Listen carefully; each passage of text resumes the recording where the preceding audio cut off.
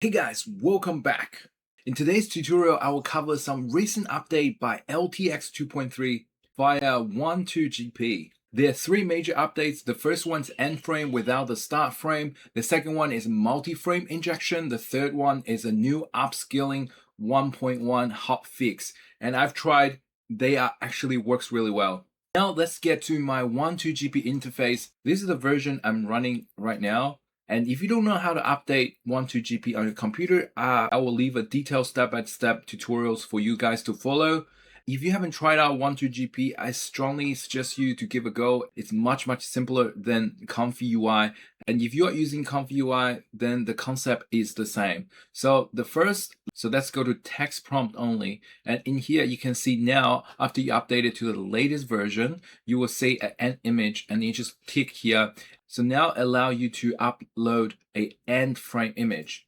All right, so this is the image I'm going to upload to generate my video, and just putting an end frame without the starting frame, actually giving your model a lot of flexibility to work out a lot of details. And then after that is control video frame injection. So you actually can inject the frame here, but I don't want to confuse you guys too much. So let's just stick with one single image for end frame first. And then on here, you don't need to change the setting, leave as one, and then generates a video and soundtrack based on the text prompt. This is very important. Do not choose based on soundtrack and text prompt. Then you have to upload a soundtrack. But then once you do that, the video is actually much more stiff. All right, so we don't want that. We want the soundtrack and big text prompt, and we can do the voice change later to do the consistency, which I already sorted out, and I will cover it in the next few videos, and stay tuned if you guys want to find out. And now it's come to the prompt. So my prompt is super simple. It's pretty much saying the queen, she's walking from the right side of the frame into the center, and the king has been walked from the left side of the frame to the center, and then they're holding hands and looking in the camera, and natural room ambient. All right, so because a lot of people are saying LTX 2.3 generate this random music. It's super annoying. And the way to fix it is you tell them what kind of sound you want them to generate. Like say footsteps, the bird sound or something. So if you give it enough information, then they will generate that kind of ambient sound instead of a music. But it doesn't work all the time. It's a bit annoying, but then you can do it from the post as well. So I use CapCut to separate the sound. But that will be something down the line for another video or something. So once this is all set, and leave everything as default, and in here you can change the times. So I leave it 10 seconds, and you can extend all the way to 20, but it does take a lot of toll on your hardware. And then once it's done, leave everything default and just hit generate. And now let's have a look at the result.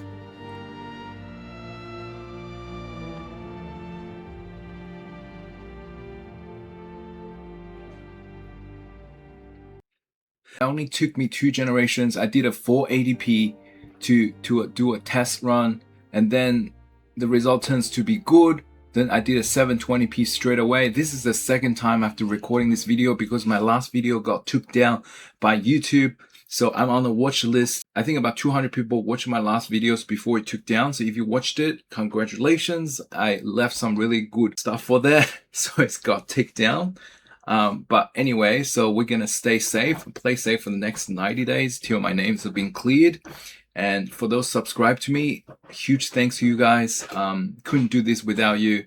And let's get back to the tutorial. So this is the end frames, and there's a huge amount of possibilities, and I'll be personally using this function a lot in my future creations. I think it works better than the starting frame when you're making a character talking. And tried it out, guys. And then the second, let's talk about first and end frames. So let's go to start video with image right here. And then same, if you click here, then you can upload a starting frame and the end frame. And for this example, we're going to use this one. So this is going to be my starting image. This is going to be a transaction videos. And this is going to be my second image. Well, then let's look the prompt. So I just paste the prompt here, and then we leave everything at default. Let's run a 8-second test run. Let's do 480p, and it's pretty straightforward, right? So first frame, last frames, and the prompt to link together, and choose generate video with soundtrack based on the text prompt. And now let's hit generate. And now we have to wait. All right, so it took 1 minute, and let's see how it goes.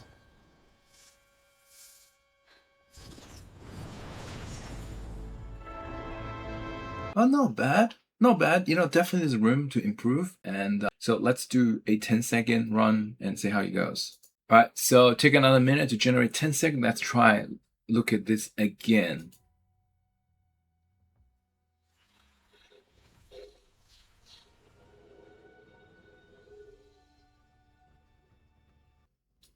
I think because due to it's 480p, so it's not really showing a lot of details, but we can confidently know that this combination works. If this is not for video demonstration purposes, I'll go ahead and do a 1080p. But today we'll just have to keep going with tutorial. This second time I'm doing this, so you guys get the idea. So last, let's talk about the frame injections. So the frame injection is a middle frames, right? So you come down here and you select inject frames, and then in here, and you can upload another image. So let's use this example. So let's still use kings and queens as our first image, and this as our last frame. So this is the beginning, this is the end. But then I want to inject a frame in the middle. So let's click this one and let's choose this one. So this, it will be our middle frame. So this is starting, so they're holding hands, and I want the king to work out the frame on this way first, so which will come to the middle frame on this one. So the queen is sort of reaching out to the kings, right? But she's by herself, and then the last is she turned around and she worked out the frame and left a empty space. All right, so that's how the middle frame give you exact control of how you want to direct the scene, give you a lot more control, right? But then here comes a position of inject frames, and 1 equals first, L equals the last. And what this means is if you put in 1, so this frame will be inject in the first frames. And how do you calculate the frames? Is you coming down here, 24 frames equals 1 second. So we'll come back here. If I put 24, then this frame, the middle frame, will inject in exactly 24 frame, which is the first seconds. So the rule is if you put in 48, then this frame will inject in the second seconds. If you want to do the 5 seconds, then you have to do 120 frames. So then this one will inject exactly in the middle.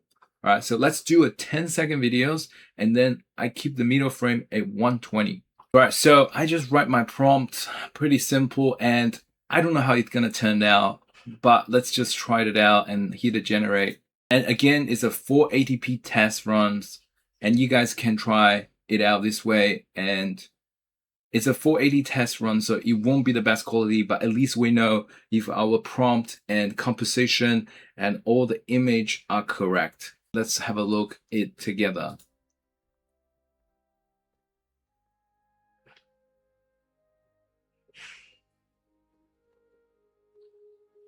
Okay, so that is a bit weird.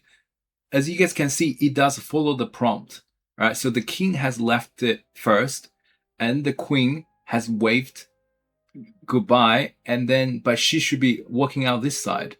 And then let's try another generation. All right, so this is the second generation. Let's try again. All right, so the king walks out, the queen waves,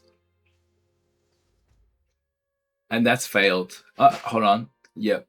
So, but we saw some like a weird artifacts here. I think this could be okay. So you can see there's a one building here has shifted to the other side. I think this could be something to do with the image, because the image could be slightly different than the source image, you know, so that could confuse the model. But I think this one did not happen with that problem, but this kind of some kind of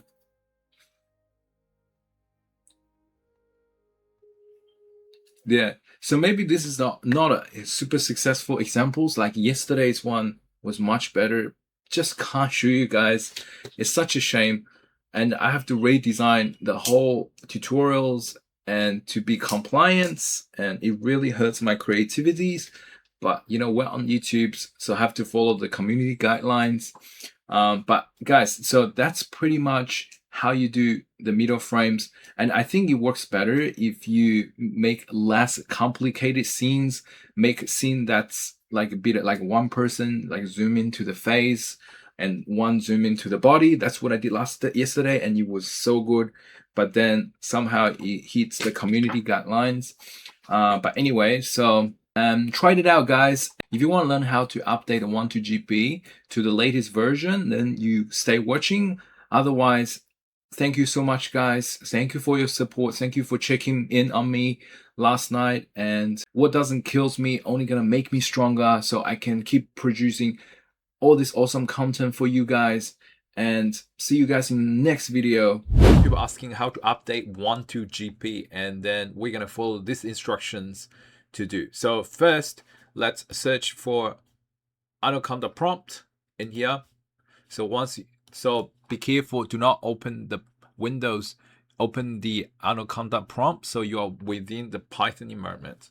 So next step, you're going to the folder. So next, you're going to find out where your 1.2 GP folder is. So in here, I install in 1.2 GP here, 1.2 GP, and then come look for wgp.py and right click it, check property, and then location. Let's copy this location, and then let's type in cd space and that. So then this will lead you to this directory, and now we're in the right directory. Let's go run the code. So first is git pull, and then that's complete. The next is we're gonna activate conda activation, activate 1.2 GP code, and because we're already inside the anaconda prompt, so we can safely paste this command. And see now the front change to 1.2 GP, so we enter the room that which 1.2 GP installed, so it's safe. So next we're gonna just run pp install. All right, ready, go.